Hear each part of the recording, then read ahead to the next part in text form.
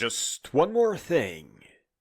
I'm becoming a LAN-First Android infrastructure engineer starting today. For those who suspect the future might already be here, quietly waiting to be noticed.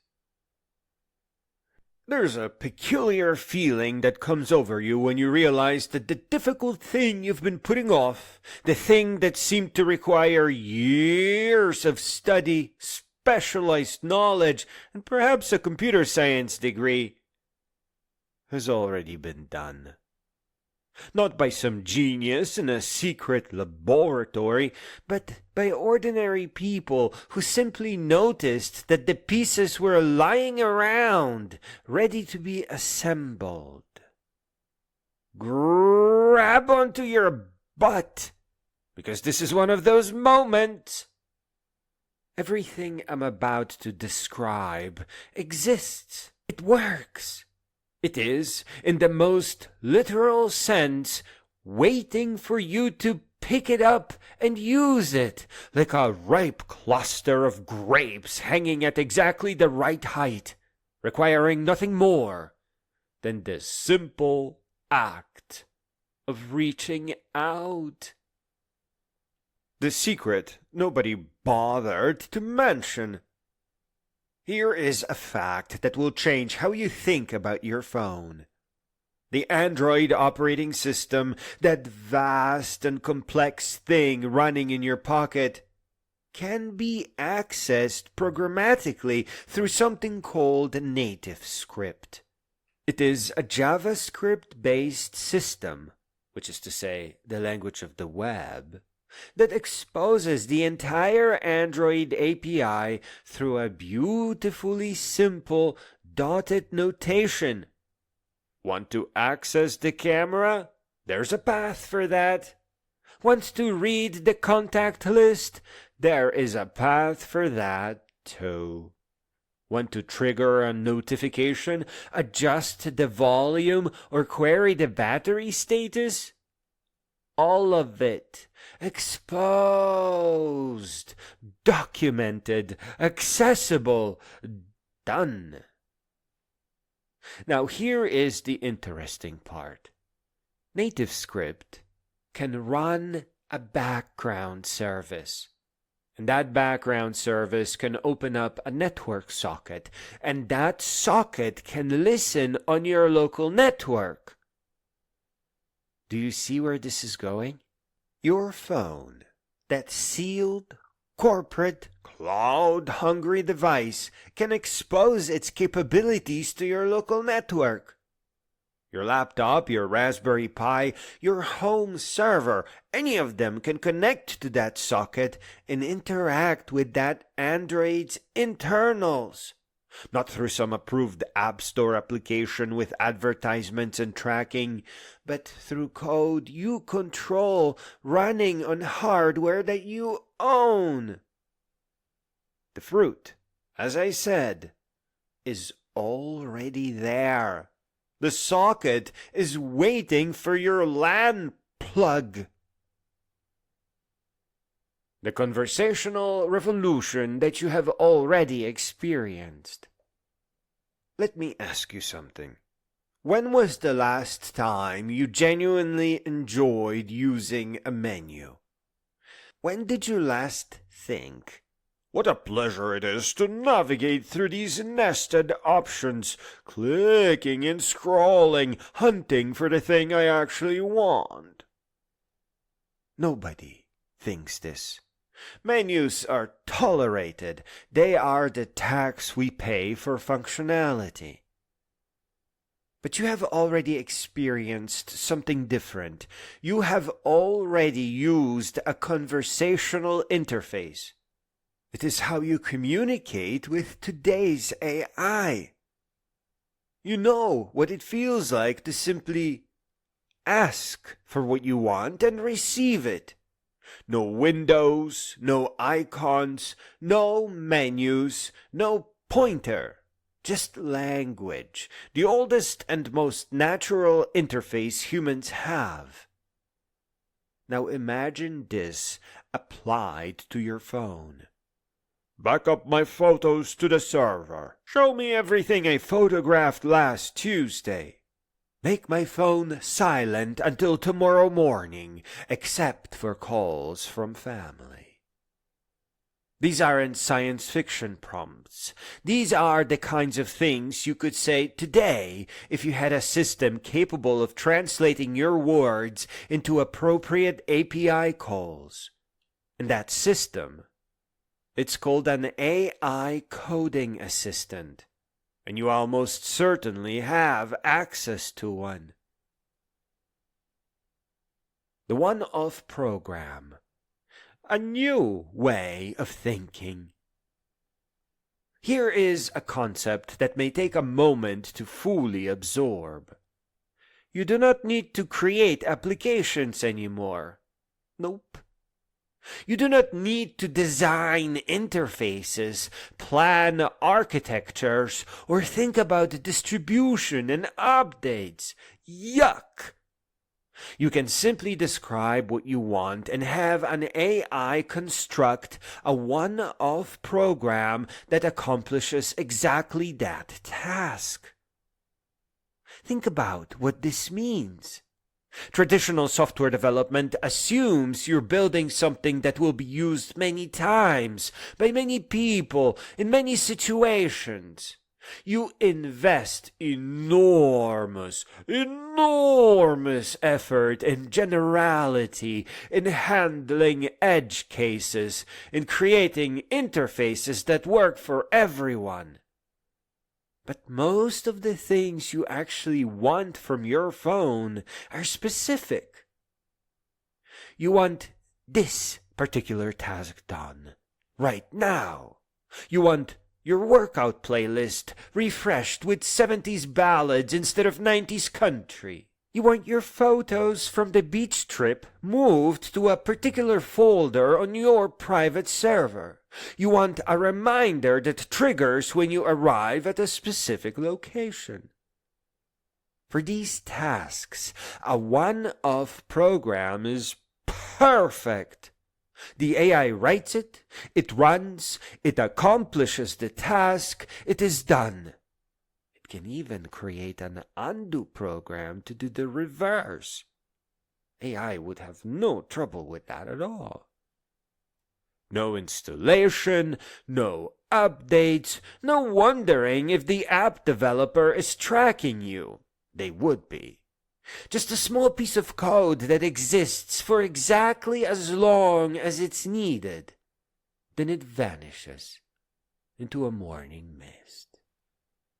If this feels strange, it's only because you've been trained to think of programs as permanent things. They don't have to be. They can be ephemeral, task-specific, conjured on demand, and discarded when complete. A note on scripts on phones and why it matters. There was once a beautiful project called SL4A, the scripting layer for Android. It allowed you to write JavaScript that ran directly on your phone, accessing Android's capabilities without the overhead of building a full application. And what a wonderful idea that is. I remember it fondly. There I was, supposedly at the gym to exercise, instead pecking away at a tiny keyboard, writing an interval timer. The script wasn't elegant. It violated several principles of good software design, but it worked. It played DTMF tones over my workout music, marking the transition between rest and exercise. You cannot begin serious training without an interval timer, and rather than downloading some ad-supported app that wanted access to my contacts and location for reasons I couldn't fathom, I wrote my own, in perhaps 20 minutes, on the phone itself. SL4A, unfortunately, faded away, as projects sometimes do. but its spirit. The idea that your phone should be programmable by you, for your purposes, without corporate intermediaries. That spirit is more achievable now than ever. Today, you don't even need to peck at a tiny keyboard. You could simply say, "Make me an MP3 that alternates between announcements of 1 minute rest and 3 minutes workout." The AI would generate it. Your LAN server would inject it into your music folder. And you'd have fresh, personalized workout audio every single day. What a joy that would be. This is not hypothetical. This is what becomes possible when you connect the pieces that are actually available. The power you borrow from your LAN. Internet-based AI companies face a fundamental constraint. Phones are slow, really slow. They have limited processing power, limited memory, limited thermal headroom. Any AI that runs on the device itself must be small, nay, tiny, extremely limited, a baby version of what's actually possible. But here's the beautiful thing about LAN-First architecture. Your phone doesn't need to be the brain. It shouldn't. It only needs to be connected to the brain, which makes perfect sense. Your desktop computer, sitting idle most of the day, could run a powerful local AI model. Your home server could coordinate tasks and store data. The processing happens where power is. The phone simply provides access to its sensors and actuators, its cameras, microphones, screens, and speakers, while the heavy thinking happens elsewhere. This isn't just about privacy, though the privacy benefits are substantial. It's about capability. The AI that helps you on a LAN-First system can be vastly more powerful than anything that could run on a phone alone. It can understand context, large context windows. It can remember your preferences. It can coordinate complex multi-step tasks, all without sending your data to corporate servers, all running on hardware you control. On the matter of security experts, I must address something delicate here. If you describe these ideas to certain security professionals, they will become quite alarmed. They will talk about attack surfaces and exposed APIs and the dangers of network-accessible services. They are not wrong exactly. These are real concerns that deserve serious attention, of course. But they are concerns that can be addressed. Encryption exists. Authentication exists. Android's permission system exists. The fact that something could be misconfigured and attacked does not mean it cannot be used well. That's how the whole internet works. The deeper issue is this. Traditional security thinking operates within the existing infrastructure. It assumes phones will talk to the cloud, that data will flow through corporate servers, that the current architecture is fixed, and our job is merely to secure it. An infrastructure engineer thinks differently. They ask, what if the architecture itself is the problem? What if we build something better? Please understand that what you're building isn't a deviation from security. It's a different approach to security. One where you control the boundaries. One where your data never leaves your network. One where the attack surface is your LAN, not the entire internet. Your first afternoon. Let me describe what your first afternoon as a LAN-First infrastructure engineer might look like. You tell your favorite coding AI assistant, let's say, to create a NativeScript background service that exposes the Android photo roll over a secure local network socket. The AI writes the code, you install it on your phone, a service starts running, listening quietly on your home network. Then you ask AI to create a simple Node.js server that connects to this service. You ask for a minimalist interface, perhaps a CSS grid layout that displays your photos in a clean, browsable format. The AI writes this too. You run it on your laptop or your home server, and suddenly, there they are, your photos, displayed on your own terms, stored on your own hardware, accessible without advertisements or tracking or corporate terms of service. You didn't download an app. You didn't create an account. You didn't agree to anything. You simply described what you wanted, and the pieces came together. This is not the most sophisticated system you'll eventually build. But it's the first step. And like all first steps, it teaches you more than the steps that follow.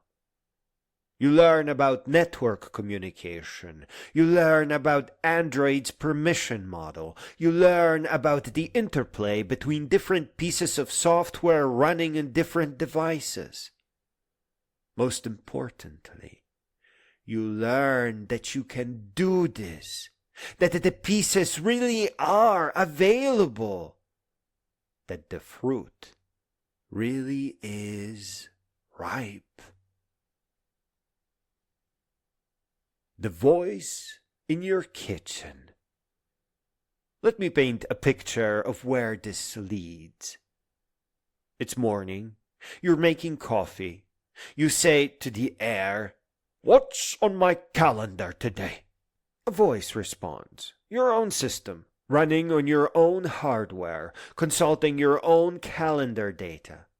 It tells you about your meetings, your appointments, the birthday you nearly forgot. Remind me to buy a gift when I'm near the mall. Done. And send my photos from yesterday to the family album. Transferring now. None of this went through a corporate server. None of it was analyzed for advertising opportunities. None of it contributed to a profile of your habits and preferences stored in some data center you'll never see. Yuck. This is what local first, LAN first infrastructure makes possible. Not a diminished version of your cloud experience, but a fuller one. One where convenience and privacy aren't attacking one another. One where your technology actually belongs to you. Why the AI might resist. I should mention something you'll likely encounter. If you ask a public AI service to help you expose Android APIs over a network, it may hesitate. It may warn you about security implications. It may suggest safer alternatives. This is understandable. Public AI systems are cautious by design, and exposing APIs over a network can indeed be dangerous if done carelessly. The AI isn't wrong to be concerned. But you are not building a public system. You are building your own infrastructure for your own use on your own network. The security model is completely different. The threat model is different.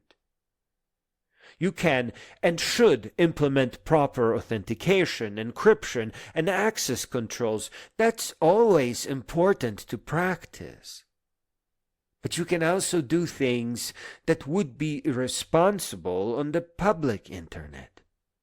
This is why, eventually, you may want your own local AI, one that understands your context, your goals, your security posture.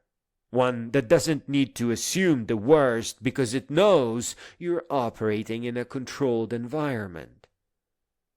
But for now, a little persistence with public API systems will usually get you what you need. Explain your context. Explain your security measures. Ask for help implementing proper safeguards. The AI will likely cooperate once it understands that you're being responsible. The fruit is waiting. I want to end where I began, with that image of ripe fruit waiting to be picked.